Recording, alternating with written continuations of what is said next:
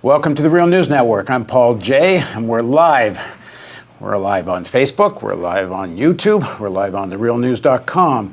We are going to take a look at Donald Trump's speech on Afghanistan. He called it a dramatic new strategy for Afghanistan and South Asia, a dramatic new strategy for the U.S. military policy in the region.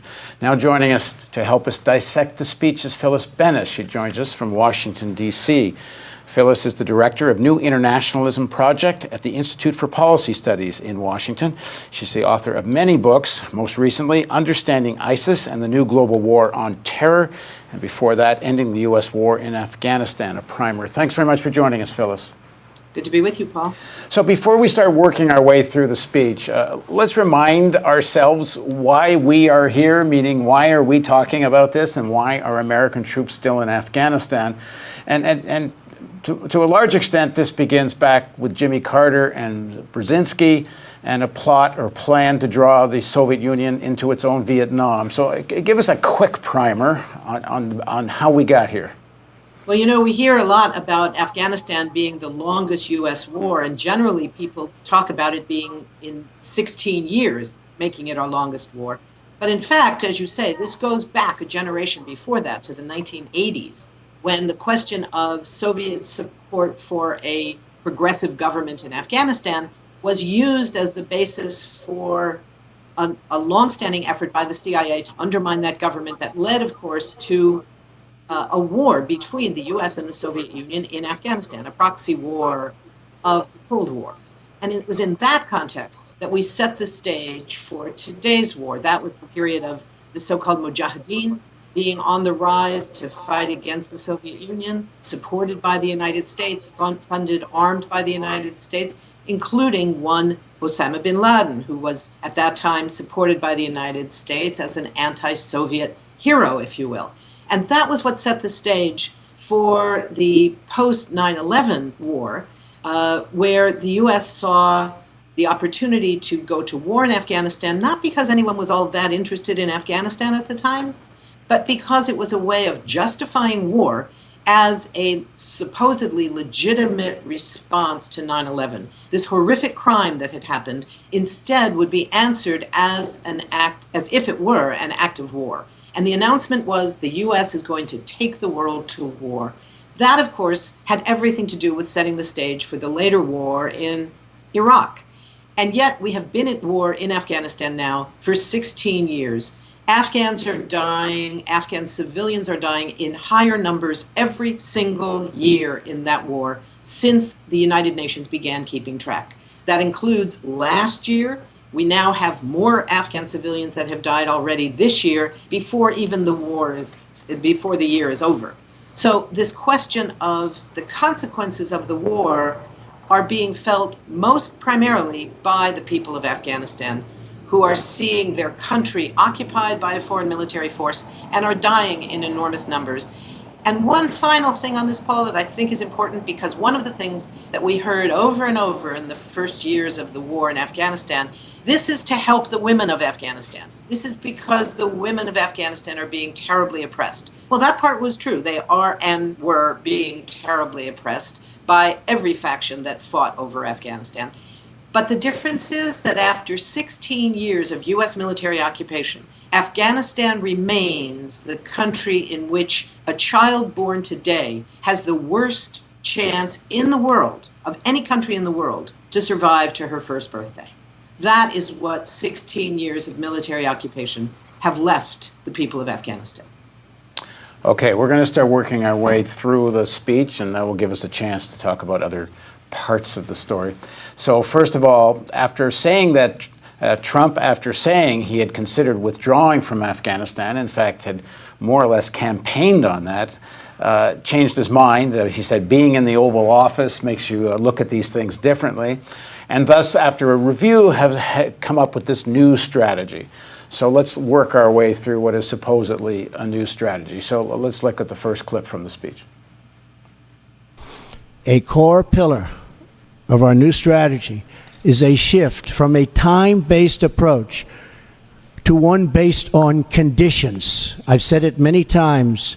how counterproductive it is for the United States to announce in advance the dates we intend to begin or end military options.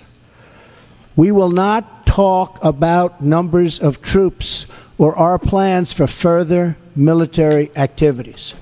Conditions on the ground, not arbitrary timetables, will guide our strategy from now on. America's enemies must never know our plans or believe they can wait us out. I will not say when we are going to attack, but attack we will. Well, I guess the main story there, or point there, is that this is a continuing, endless war, and there's not really any change in that. Well, I think that's absolutely right. Announcing that we're not going to announce troop numbers or withdrawal dates is not a strategy. It certainly isn't a strategy to end the war. It is a strategy for justifying continuous, permanent war, because in saying that will be based on conditions on the ground are going to continue to be terrible as long as there is military fighting going on. That means it's a self-perpetuating war. And as long as he has also turned over authority for things like troop numbers and withdrawal dates, not to any of the political strategists in and around the White House or the National Security Council, but directly to the generals on the ground. Trump seems to love his generals. That means that they are the ones who are going to be deciding this. So it's a recipe for permanent war. Okay, he does give some, when he says conditionality, it seems to have something to do with negotiation. Here's clip number 2. Someday, after an effective military effort, perhaps it will be possible to have a political settlement that includes elements of the Taliban in Afghanistan. But nobody knows if or when that will ever happen. Another definition for endless, really. After this many years, we kind of know the Taliban is not lying down. Well, this was quite an extraordinary thing, because the preface to that particular clip was when he said, the big difference now is we will use all instruments of our power, economic, diplomatic, and military. But then went on to say that we don't know when or if we'll ever have any diplomatic solution here. We don't know if we'll ever be able to negotiate with the Taliban, despite the fact that every analyst looking at this war has acknowledged that, number one, there is no military solution. Number two, it will be ended with a political solution that's going to involve parts or all of the Taliban, as well as parts or all of the U.S.-installed, U.S.-armed, and U.S.-backed government in Kabul.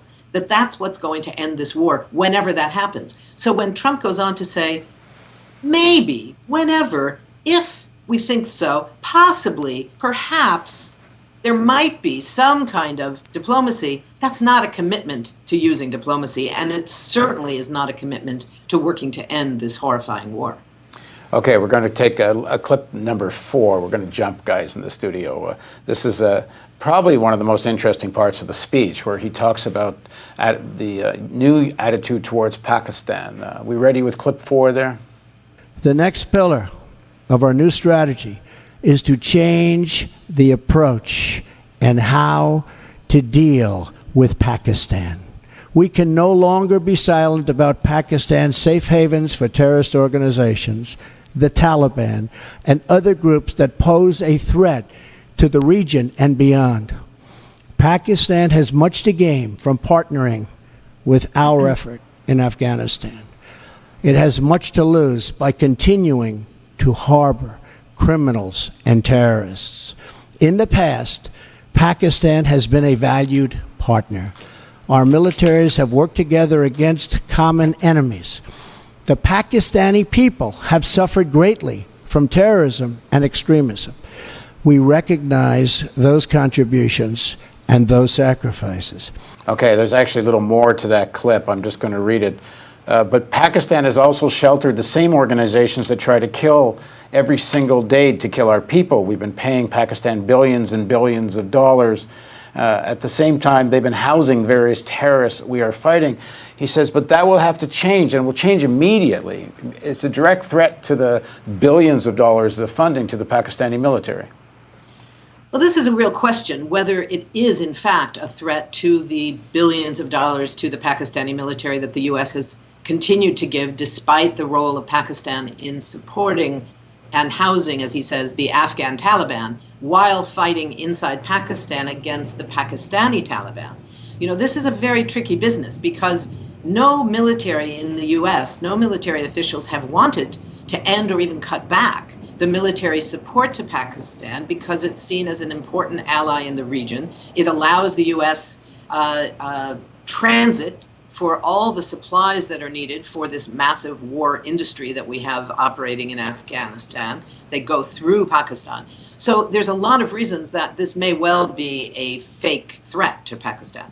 The embrace of India, right now led by an incredibly right-wing populist government, very close to Trump in many ways. The government of Indian Modi is the Indian leader who is leading this very right-wing populist approach right now. And that was in some ways the most different approach here, because in the past we've seen both from President Obama and from Bush before him claims that we're going to stop the Pakistanis from supporting the Afghan Taliban. And yet we've never seen any real pressure. We've never seen an end to the military support, claiming that now we're going to build up the relationship with India, which has been a long-standing supporter of the Afghan government. And before the Afghan government, before 2001, India was the main supporter in the region of what was then known as the Northern Alliance, the group of warlords who were transformed into a government and still to this day are really warlords claiming to be a government, but now, of course, backed by the United States as well. So there's a long history of Afghanistan being a venue for this long-standing competition between India and Pakistan. Yeah, so the idea that Pakistan is going to simply back off and allow India to emerge as the major regional power inside Afghanistan is pretty unlikely. It's also, but it's a real threat. This is at the very least raising the bar of rhetoric in terms of U.S., Pakistani, and Indian relations. I know what I was making a film in the spring of 2002 in Afghanistan, and we were going to fly through Pakistan to get to Afghanistan. It was right at the time there was enormous pressure on the Pakistani government to help in Afghanistan against the Taliban, who had been their child. Taliban was born from the Pakistani ISI to a large extent. And at that time, India was actually threatening a nuclear strike on Pakistan if Pakistan didn't cooperate in the post-9/11 plan of the United States. And we actually changed our flight plan to go through Dubai instead of Pakistan. I don't know what good it would have done. If there had been a nuclear bomb, I don't think it would have helped us very much changing our travel route, but we did. At any rate, let's play the clip of Trump talking about India. This is a real significant tilt in this, at least if they follow through, threatening Pakistan and inviting India to have an even greater positioning in Afghanistan. So this is clip number 5. We appreciate India's important contributions to stability in Afghanistan, but India makes billions of dollars in trade with the United States, and we want them to help us more with Afghanistan, especially in the area of economic assistance and development. We are committed to pursuing our shared objectives for peace and security in South Asia and the broader Indo-Pacific region. So India needs to help with economic development. Now, in Afghanistan, other than poppies, which I don't think he's suggesting India get involved with. The Americans, I think, already have their allies on that front. The only real economic development is minerals, and the big minerals in Afghanistan is lithium. There are some serious lithium deposits. Afghanistan's been called the Saudi Arabia of lithium. Well, that may be what Trump is referencing, is the question of minerals in Afghanistan and essentially offering to India the ability to take the lead in exploiting those mining possibilities. The one other possibility he may be thinking about, although it's unlikely that he's thought this through any further than this, is the possibility there is now an educated young population in Afghanistan who have no access to jobs, no access to earning a living other than through poppy cultivation, is of course one of the biggest moneymaker in Afghanistan. But if you look at the possibility of overseas Indian labor, if there were to be, for example, new call centers developed in Kabul rather than in Mumbai, for instance, under Indian control. One could imagine that kind of Indian engagement in economic development in Afghanistan. That doesn't, of course, deal with the vast majority of the population of Afghanistan who don't live in Kabul but live in tiny, isolated villages strewn across an enormous country, very isolated in mountains that are very hard to reach.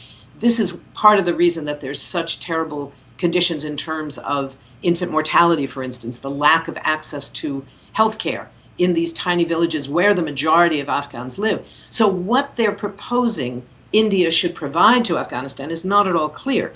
It doesn't mean that it's necessarily something about minerals or something about call centers or anything else. It may mean almost nothing. Just the rhetoric itself of tilting a kind of cooperate with India and threaten Pakistan.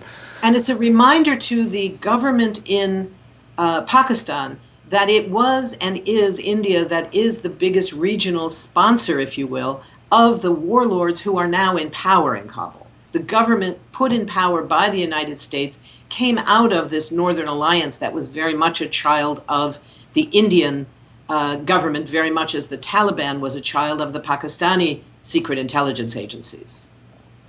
The other piece of this has been, in terms of on-the-ground strategy, two issues. One, according to Trump and some voices from the military and neocons and others, there's been too much care taken to prevent civilian deaths in Afghanistan, tying the hands of U.S. military in fighting the Taliban. And then there's also the issue of hot pursuit, safe havens in Pakistan for the Afghan Taliban as opposed to the Pakistani Taliban. That when the fighting takes place between U.S. troops and the Taliban are able to cross the Pakistani border and get a certain amount of refuge.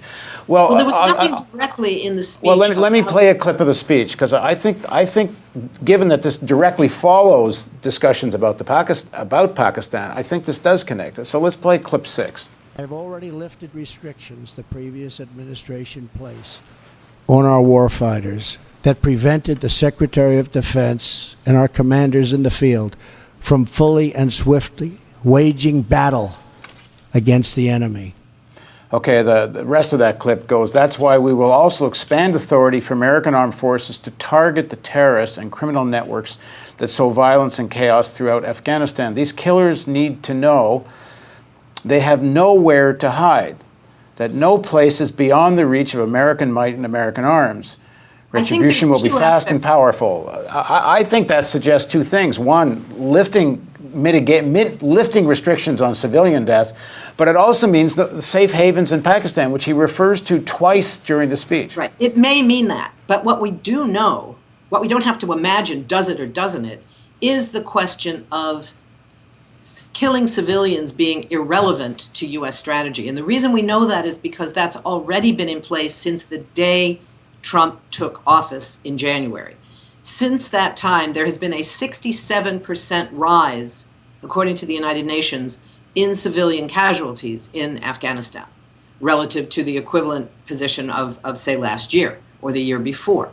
So we know that he has turned loose the generals to make their own decisions, disregarding, essentially, the consequences for Afghan civilians. And the result has been this monumental escalation in civilian casualties. We know that that is going to continue. This is not new. This is not something new in the speech. It may be that it's also going to lift the restrictions on hot pursuit, but I think what's more significant about it is the question of, one, civilian casualties, and two, the direct engagement with U.S. troops in direct killing.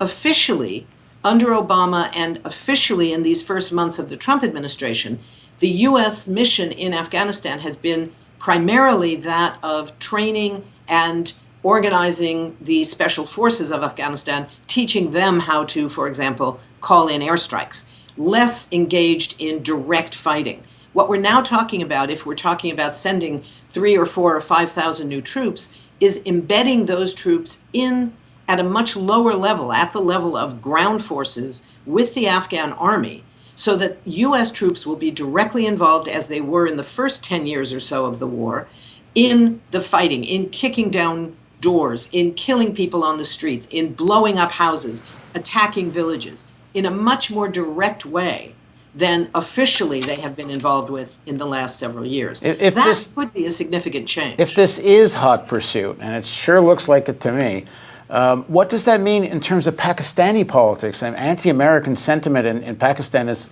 hard to believe it could be any more than it, but it certainly would be if Pakistan can't defend its own sovereignty.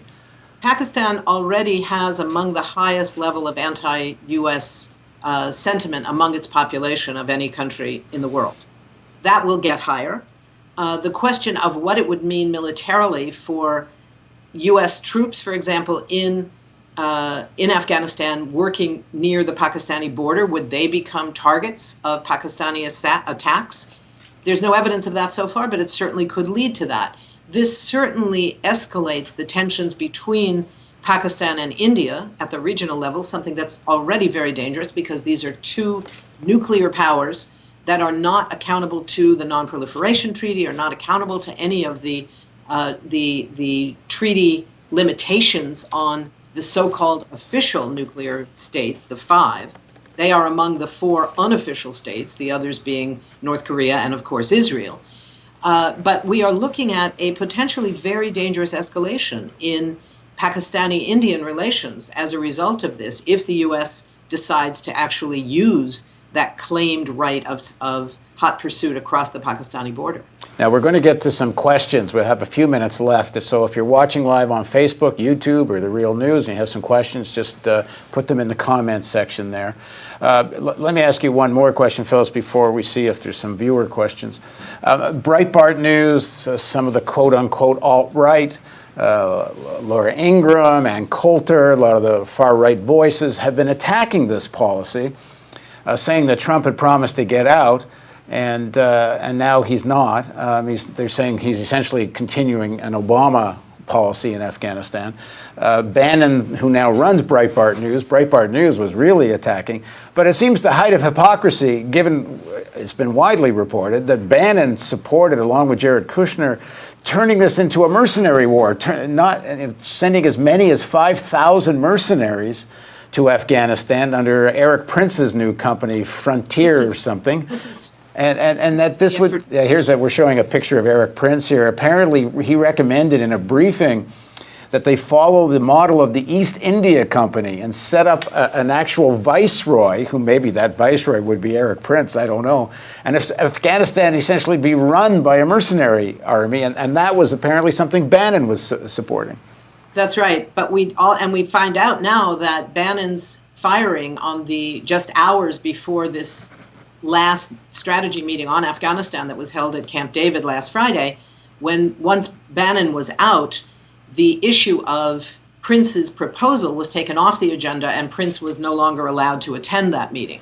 So he was clearly leading the force on privatizing this war. It's not about, as you say, it's not about ending the war, it's about privatizing it. It's about maximizing the profit. And at the same time, we can see this in the context of what the Trump administration domestically looks like. It takes away the long-standing policies in the U.S. of having corporate interests represented by people in power in Washington. They took away the middle guy, the middleman, the middle woman, if you will, and instead just put the corporate people right in power. So there's no gap between corporate interests and political interests. The same proposal was underway here with Eric Prince, having no gap, no distinction between who runs the military actions and how those decisions get made in Washington. It becomes a corporate war. The corporations play the role of colonial control, as they did with the East India Company and other examples of it in the United States as well as around the world, where you have corporations serving as the representatives of the crown, of the government, of whatever. I plant my flag here of my corporation in the name of the King of Portugal or the Queen of England or whatever it was. It's a very similar thing. That's not now being put forward as a policy. But if we don't know that. I'm not sure we don't. know from the speech last night whether or not they're going to use mercenaries or not.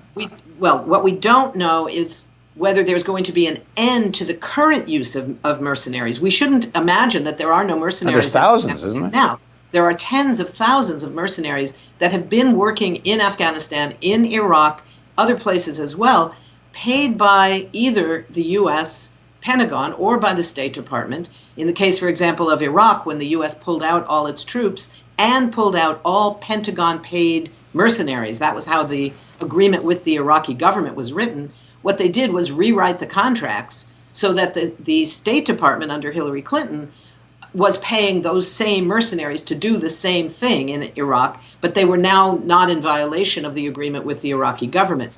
The Afghanistan government has also allowed U.S. paid mercenaries in the thousands, and many of them are still there. What we do know is that there was no discussion in Camp David about replacing U.S. troops with paid mercenaries as orchestrated by Eric Prince, the former director, the former CEO of Blackwater, and who, of course, was responsible for the slaughter of Iraqi civilians.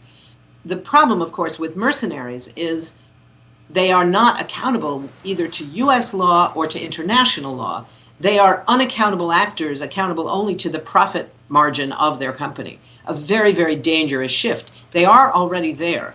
But if there were to be a replacement of all U.S. troops in Afghanistan with U.S. paid mercenaries, it would be a far more devastating reality for the civilians of that beleaguered country. All right, we have a question from Facebook from Celeste. It ties into what you're saying. She says, is this increased military activity anything other than an excuse to give more U.S. taxpayer dollars to the military-industrial complex? A similar question from, on YouTube, Old Strayon is the name.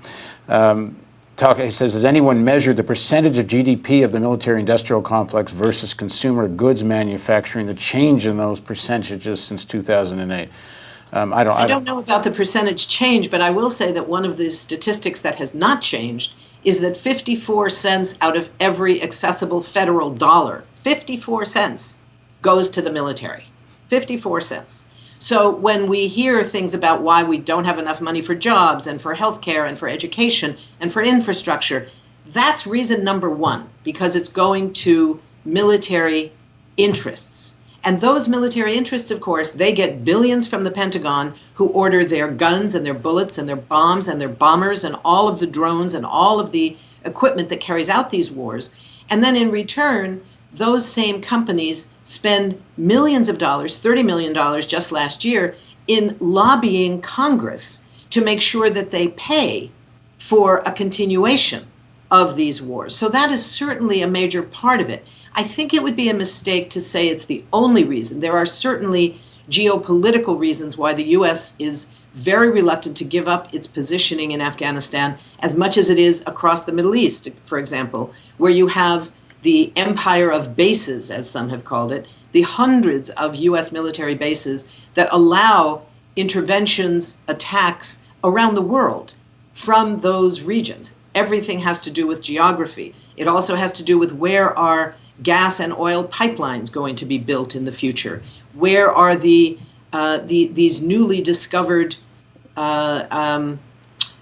things like I'm blocking the name now, the mineral that is so important, whether it's coltan or others, for building cell phones and computer chips. Lithium. That if lithium is indeed centered more in Afghanistan than anywhere else, the U.S. certainly is going to want to maintain a military presence in Afghanistan in order to provide protection for mining companies from the U.S. that might try to gain that control over that lithium mining process. So all of these are combined with it. What is not at stake in U.S. strategic thinking is the fate of the people of Afghanistan.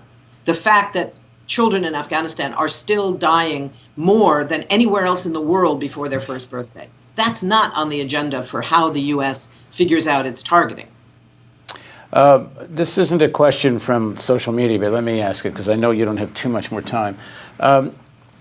What should he have said? In other words, if the stated objectives were the actual objectives, meaning the well-being, I guess now they're not even stating they care that much about the well-being of the Afghan people. They kind of used to say things like that. Now he says no more nation building, which I means we don't even pretend that we're going to care about any reconstruction in Afghanistan, which was part of his speech. But at any rate, if the objective was the well-being of the Afghan people, the people of the region, the American people, what would a policy look like? Well, I think that just one point on what you just said, Paul, is that not only has that not been the policy right now, but that has never really been the policy. There has been a shift between what they used to call counterinsurgency, which was designed to win over hearts and minds, provide support for people by rebuilding villages, reconstruction of various sorts, in order to gain their support for a counterterrorism operation. That was abandoned many years ago. And instead, President Obama chose, and now we're hearing this again from Trump, that the goal is counterterrorism. No more nation building. We're just going to kill bad guys, which means we're going to kill the people we want to kill, not people who are necessarily threatening us, just people that we want to kill. So in that context, I think that we have to be very clear this was not for many years on the agenda. If it were, or if the real goal was to figure out a way to end this war, end the slaughter that is underway in Afghanistan, I think what we would say is, number one, what we've heard so many times before, there is no military solution, and therefore we're going to pull out the military assets, the people that are fighting for the U.S. military, the weapons, the bases that are making everything worse and not better. That's step one. That's not the end of the game. That's only step one. Then we look at what are our obligations to this country that we have decimated over now decades. We owe an enormous debt to the people of Afghanistan. We don't owe military occupation, but we owe money, we owe support, and we owe an investment in diplomacy. If we acknowledge that it's true that there is no military answer here, we have to stop acting as if the military is the only answer, and instead say, what's it going to take for real diplomacy? What's it going to take to have local and regional forces lead that diplomacy, so we don't get to decide whether everybody in the Taliban gets to be part of it or only some in the Taliban, everybody in the government or not everybody. But the reality is, if there isn't an Iraqi army at this point with strong support from the U.S. and arms and money and all the rest, the Taliban will take over most of the country. The Taliban would probably take over the majority of the country outside the major cities.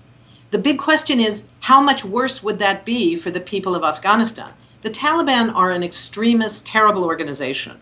But I would assert that they are only marginally worse than the warlords disguised as a government who are in fact being paid and armed by the United States.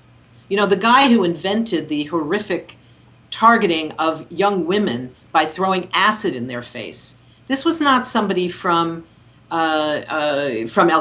This was not somebody who we always called a terrorist. This was a guy named Gulbuddin Hekmatyar, who was welcomed by President Ronald Reagan as one of the new leaders of the new Afghanistan. He said he is part of, when they were welcomed to the White House, we are welcoming them as the founding fathers of the new Afghanistan of today. He then, for a while, was fighting against the Soviet Union on the part of the U.S. Then he fought against the U.S. Then he came back into the U.S. fold. This is somebody who is now, he's running for the parliament in Afghanistan. He has a militia, military forces of his own. This is the same guy. He hasn't changed. Yeah, I don't think there's any question you're right about that. But why are you so sure the Taliban wouldn't also take over the big cities? They certainly did last time they had the opportunity. They did in a very particular context of a 4-year-long civil war that they had been one of many forces within that civil war. The reason they won in 1996, they won with the vast support of the majority of the people of Afghanistan because they promised to end the fighting. Not because they were the most extreme, despite the fact that they were the most extreme, if they even were the most extreme at that war between extremist forces that was underway. But they were the ones who said, we will stop the fighting. And for several years, they did, until 9/11. So I think that we have to be very clear that, number one, there is an Afghan army that has some capacity on its own. It's not only a tool of the U.S. It's weapons have come from the US. It now has those weapons. But I think that we have to be very clear that there is no military solution here. There may be fighting that will continue for a while as part of what exists now as a civil war. But when you don't have the outside forces, the civil war is going to be over much sooner. We don't know which side will win that civil war. It's not impossible. It would be the Taliban for some period of time. And Afghans themselves are going to have to figure out how to take control of their own country. Unlike in, say, Syria, when you look at ISIS, the Taliban are overwhelmingly Afghans. They're not foreigners that are coming in. These are people from these communities. Well, yes and no. I mean, the Taliban were very much the product and supported by the Pakistani Secret Service and Pakistani army, and continued to be. And Taliban leadership. Hang on a second. Taliban leadership, to a large extent, merged with Al Qaeda. And a lot of the tribal leaders were assassinated. People that didn't want the Taliban and didn't want Al Qaeda were killed off. So it's not like they're such an indigenous product. I'm not saying that they were not paid and armed and trained by the ISI in Pakistan. Of course they were. That's an old story. But I'm saying who the people are. The people who are fighting with the Taliban, overwhelming, not every single one, Paul, of course I'm not saying that. But they are overwhelmingly Afghans. They are domestic. They are a domestic organization in a way that ISIS in Iraq, for instance, ISIS in Syria is not. ISIS in Iraq mostly is. It now has a huge percentage of foreigners within it who have come in the context of the so-called caliphate. But the Taliban is an Afghan organization. Its goals have been to control Afghanistan, not to wage global war against the infidels whether in other countries in the region or against the United States. That's not their goal. Their goal has been to win control of Afghanistan, very much like the other warlord groups, the Northern Alliance and others who fought against the Taliban in that horrific civil war during the 1990s. Okay, one final question from Facebook. We've seen the movement against racism, white supremacy emerge and march by the tens of thousands across the country since Charlottesville. Where's the anti-war movement? Well, this is a bigger question that we should take up at much more activity. But I think one of the things we should be looking at here is the timing of this speech, very much focused on changing the discourse, getting the conversation away from Charlottesville. I hope that the anti-war movement, which has been moving very actively in the last 36 hours around this escalation in Afghanistan, but I hope that the anti-war movement are, and I know that they are, among those tens of thousands of demonstrators who have been out in the streets protesting war and racism. That was the sign that I held in a tiny town in Michigan at their last vigil last Sunday night. I had a sign saying no to war, no to racism, because these things are linked. If we look at the rise in Islamophobia, part of the racism that's on the rise in this country under Trump, that doesn't just happen for no reason. It happens because Islamophobia at home is necessary to build support for war against Muslim majority countries at home. War against, whether it's in Afghanistan or Iraq, requires a way of demonizing people who look like that, people who might be that. So the war against immigrants, the war against Muslims in the US is inextricably tied to the rising wars in the Middle East or in South Asia. The wars against black communities in this country are being militarized because we see tanks being brought home from Afghanistan and the Pentagon says, hey, we got some extra tanks. You want them? And the police force in Ferguson says, hey, yeah, we'll take a tank. That's why we saw a tank on the streets of Ferguson after Mike Brown was killed. Not because the police in Ferguson needed a tank, for God's sakes, but because the Pentagon offered them for free because they were changing tactics in Afghanistan while continuing that war. So we can't separate out opposing war and opposing racism. We have to build movements that cross those silos, that make those connections, and that fight against war and racism along with climate and poverty as the three triplets that Dr. King taught us about, along with climate. We have to fight all of them together. All right, thanks very much, Phyllis. I've kept you here longer than you thought you could, but thanks very much. Thank you for watching on The Real News Live. I hope we'll be able to get Phyllis back again soon, and we'll spend more time on questions from viewers in the next section. So thanks again, Phyllis. Thank you. And thank you for watching The Real News Network.